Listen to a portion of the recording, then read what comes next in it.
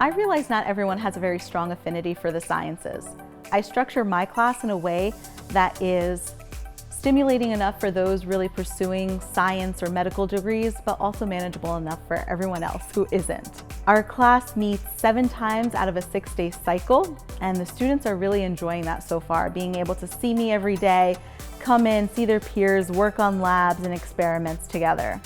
We start off the beginning of the year talking about scientific experimentation, a lot of which is review for our students. And then we get into biochemistry and biomolecules, learning about the different macromolecules of life.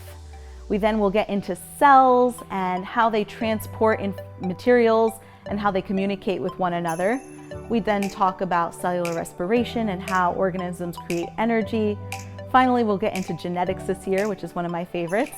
And we'll learn about viruses and bacteria, and we'll learn about how information hereditarily is passed on from offspring to offspring.